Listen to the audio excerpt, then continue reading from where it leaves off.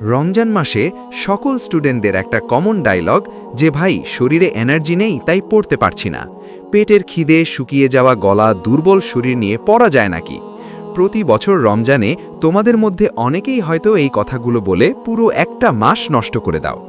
যদি তুমি মনে করে থাকো যে রোজা রেখেছ বলে সারাদিন বিছানায় শুয়ে শুয়ে মোবাইলে স্ক্রোল করবে আর পরীক্ষার রেজাল্ট অটোমেটিকভাবে ভালো হয়ে যাবে, তাহলে সেটাই হবে তোমার সবচেয়ে বড় ভুল। কারণ এগুলো আসলে কোনো জটিল সমস্যা নয়, এগুলো হলো তোমার অলসতার এক চূড়ান্ত পর্যায়। কিন্তু তুমি কি জানো, রমজান মাস তোমার দুর্বলতা নয়, বরং এটা তোমার ডিসিপ্লিন এবং মেন্টাল পাওয়ার বাড়ানোর একটা এক্সট্রা সুযোগ। কারণ যে মানুষটা আল্লাহর সন্তুষ্টির জন্য সারাদিন না খেয়ে থাকার ক্ষমতা রাখে, সেই মানুষটি কি সামান্য কয়েক ঘন্টা বই নিয়ে বসার ক্ষমতা রাখে না? অবশ্যই রাখে। অর্থাৎ সমস্যা আসলে তোমার শরীরে নয়, সমস্যা তোমার ওই লুজার মাইন্ডসেটে।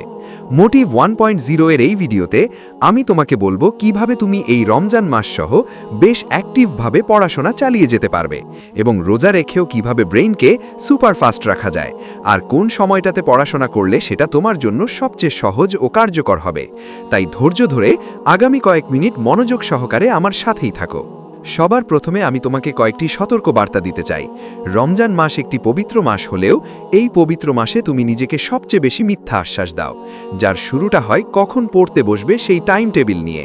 সারাদিন বলাবলি করো যে ইফতারের পরে পড়তে বসবো, কিন্তু ইফতারের পরে পেট এত লোড হয়ে থাকে যে চিত হয়ে বিছানায় শুয়ে পড়া ছাড়া আর কোনো উপায় থাকে না। শুয়ে শুয়ে চিন্তা করো যে এখন না, তারাবির শেষ করে পড়তে বসবো, আর তারাবির পর মনে হয় ধুর, কাল সেহরির পর পড়তে বসবো।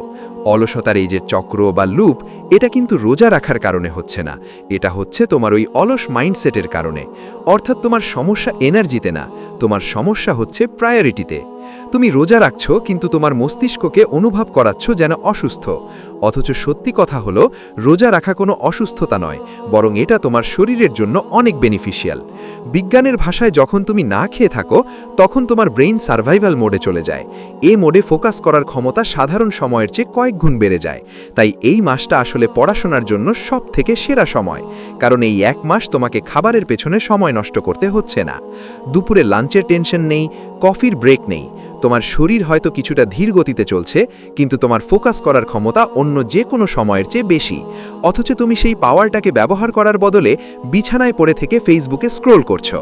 এবার আসা যাক দ্বিতীয় পয়েন্টে, যেখানে বেশিরভাগ মানুষ ভুল করে নিজেদের এনার্জি নষ্ট করে ফেলে, আর সেই ভুলটা হলো অতিরিক্ত খাবার খাওয়া। শুনতে অদ্ভুত লাগলেও সত্য যে রমজান মাসে খাবারের প্লেট দেখলে মনে হয় যেন জীবনে কোনোদিন খাবার দেখা হয়নি। ইফতারের সময় জ্যামে তেলের ভাজা পোড়ার চিনি ভর্তি খাবার খাও, তাতে তোমার ব্লাড সুগার রকেটের মতো উপরে উঠে যায়, আবার একটু পরেই নিচে নেমে যায়, আর একেই বলা হয় সুগার ক্র্যাশ। আর যখন এটা হয় তখন তোমার ব্রেইন পড়ার বদলে শুধু ঘুমানোর সিগন্যাল দেয়। তাই এক বসায় একসাথে অনেক খাবার খাওয়ার থেকে কিছুটা সময় নিয়ে খাবার খাওয়াটা উত্তম। এবার আসা যাক সেহরির ব্যাপারে। সেহরির বিষয়টা একদমই উল্টো। তখন তুমি একেবারেই খেতে চাও না, অথচ সেহরির সময় ঠিকমতো খাওয়া দাওয়া করাই সবচেয়ে বেশি ইম্পর্ট্যান্ট। কারণ সেহরিতে তুমি কি খাচ্ছ এবং কতটুকু খাচ্ছ সেটার উপর নির্ভর করে যে সারাদিন তোমার মধ্যে কতটুকু এনার্জি থাকবে। তাই চেষ্টা করো সেহরিতে ওটস, লাল চালের ভাত, ডিম খেতে। এগুলো শরীরে ধীরে ধীরে শক্তি দেয়। পাশাপাশি প্রচুর পরিমাণ পানি পান করতে হবে, কারণ এমনিতেই সারাদিন তোমার শরীর পানি শূন্য থাকে। তাই ইফতারের পর থেকে সেহরি পর্যন্ত যথেষ্ট পরিমাণ পানি পান করা অনেক গুরুত্বপূর্ণ। তৃতীয় পয়েন্টে আমরা কথা বলবো পড়াশোনার গোল্ডেন আওয়ার নিয়ে। আমার মতে রমজান মাসে পড়াশোনার সবচেয়ে ইফেক্টিভ সময় হলো সেহরির পর থেকে সকাল 8টা বা 9টা পর্যন্ত, কারণ খাবার খাওয়া ও নামাজ আদায় করার পর ঘুমের ভাব প্রায় কেটে যায়। অন্যদিকে যেহেতু তুমি মাত্রই খাবার খেয়েছ, তাই তোমার ব্রেইনে যথেষ্ট পরিমাণ গ্লুকোজ ও পানি আছে। আর সবথেকে বড় কথা, আশেপাশের পরিবেশ তখন নিস্তব্ধ। তোমাকে ডাকাডাকি করার মানুষগুলো ঘুমিয়ে পড়েছে, নোটিফিকেশন পাঠানোর মতো কেউ নেই। ওই 3-4 ঘন্টা সময় তোমার ব্রেইন একটা সুপার কম্পিউটারের মতো কাজ করে। ওই শান্ত পরিবেশে 1 ঘন্টা পড়া দিনের অন্য সময়ের 4 ঘন্টা পড়ার সমান। তুমি যদি সকাল 9টার মধ্যে দিনের মেইন পড়াগুলো শেষ করতে পারো, তবে সারাদিন রোজা রেখে তোমার মধ্যে যে আত্মতৃপ্তি কাজ করবে সেটা তোমাকে পরবর্তী ইবাদতগুলোতেও শান্তি দেবে। আর যদি সকালে ঘুমিয়ে দিন পার করো, তবে দুপুরে যখন ঘুম ভাঙবে তখন দেখবে শুধু দিনটাই শেষ হয়নি, তোমার পড়াশোনার ইচ্ছাশক্তিও শেষ হয়ে গেছে। চতুর্থ পয়েন্টে আমরা কথা বলবো তোমাদের সবথেকে প্রিয় বিষয় নিয়ে, আর সেটা হচ্ছে ঘুম। আমি জানি এই পয়েন্টটা শুনে তোমরা হয়তো মনে মনে একটু খুশি হচ্ছ যে এবার হয়তো আমি তোমাদের ঘুমের পারমিশন দেব, কিন্তু দোস্ত, খুব বেশি খুশি হওয়ার দরকার নেই। আমি তোমাকে 10 ঘন্টা ঘুমানোর কথা বলবো না, আমি বলবো পাওয়ার ন্যাপের কথা। রমজান মাসে তুমি রোজা রেখে পড়াশোনা করবে, অথচ দিনের বেলা একটু বিশ্রাম নিবে না, এটা তোমার শরীরের উপর এক প্রকার জুলুম হয়ে যায়। তুমি সকাল 9টায় পড়া শেষ করে ঘুমাতে যাবে, আর জোহরের নামাজের সময় উঠে নামাজটা পড়বে। নামাজের পাশাপাশি কোরআন শরীফ পড়তে পারলে তো আরও ভালো হয়। দুপুর 2টা থেকে 3টার দিকে যখন দেখবে ব্রেইন জ্যাম হয়ে যাচ্ছে বা চোখে ঝাপসা দেখছো, তখন 30 মিনিটের একটা ছোট্ট ঘুম দাও, ঘড়িতে অ্যালার্ম দিয়ে ঠিক 30 মিনিট। এই 30 মিনিটের ঘুম তোমার ব্রেইনকে রিস্টার্ট করবে, আর এটাকে বলা হয় ক্লিন স্লেট। তুমি যদি 30 মিনিটের কথা বলে 3 ঘন্টার জন্য কম্বল মুড়িয়ে ঘুমো, তাহলে ওই 3 ঘন্টা পর তুমি যখন ঘুম থেকে উঠবে, তখন তোমার মাথা আরও ভারী লাগবে, শরীর ম্যাচ করবে, এবং তোমার পুরো দিনটা ওখানেই মাটি হয়ে যাবে। আমি জানি এখনও তোমার শরীরের জন্য যতটুকু পরিমাণ ঘুম দরকার সেটা পূরণ হয়নি, তাই সন্ধ্যায় ইফতারের পর কিছুক্ষণ বিশ্রাম নিয়ে প্রথমে তুমি এশা ও তারাবির নামাজ শেষ করবে, তারপর 1 থেকে 1.5 ঘন্টার জন্য পড়তে বসবে, তারপর সেই পড়া শেষ করে রাত 11টা থেকে 11:30টার মধ্যে ঘুমাতে যাওয়ার চেষ্টা করবে।